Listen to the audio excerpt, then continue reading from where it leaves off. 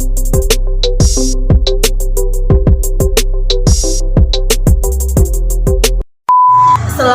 warahmatullahi wabarakatuh. Saya Maulida Layli Nur Fitria dari kelas 12 IPA 5 nomor absen 14. Di sini saya akan menjelaskan tentang sudut pandang orang pertama sebagai pelaku sampingan. Yang dimaksud dengan sudut pandang yaitu cara penulis dalam memandang atau menempatkan dirinya dalam sebuah cerita. Sudut pandang dibagi menjadi 4. Pertama, pengarang sebagai orang pertama pelaku utama. Kedua, pengarang sebagai orang pertama pelaku sampingan. Ketiga, pengarang sebagai orang ketiga pengamat. Dan yang keempat, pengarang sebagai orang ketiga serba tahu. Pengarang sebagai orang pertama tokoh utama. Lewat sudut pandang ini, penulis sengaja melibatkan diri dalam cerita yang dibuatnya sendiri, dan si penulis pun berperan sebagai pelaku dalam ceritanya. Salah satu ciri khasnya ada penggunaan kata aku atau saya pada tokoh utama dalam ceritanya. Pengarang sebagai orang pertama tokoh sampingan.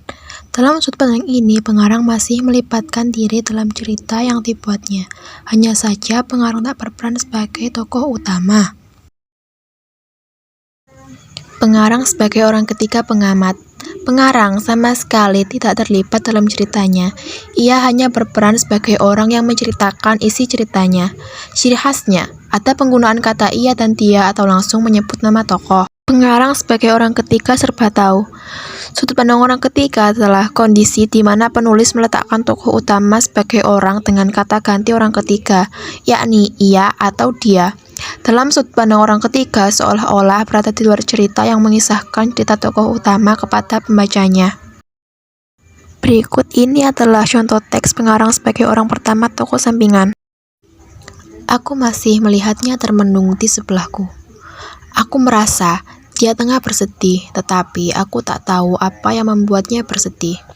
Untuk memecah ketidaktahuanku itu, aku pun lantas bertanya kepadanya, "Kau kenapa?" Dia masih terdiam, belum juga menjawab tanya. Setakat dia pun berujar, "Aku baik-baik saja." "Ah, kau pembohong," ujarku di dalam hati. Bagaimana tak bohong, mulutnya berujar tak apa, tapi mukanya mengisyaratkan kalau dia tengah ada apa-apa.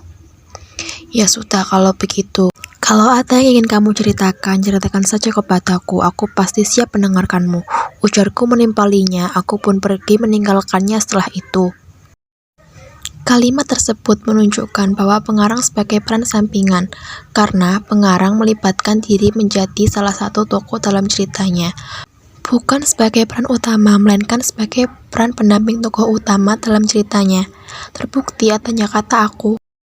Sekian video dari saya. Apabila ada kesalahan dan kekurangan mohon dimaafkan. Wassalamualaikum warahmatullahi wabarakatuh.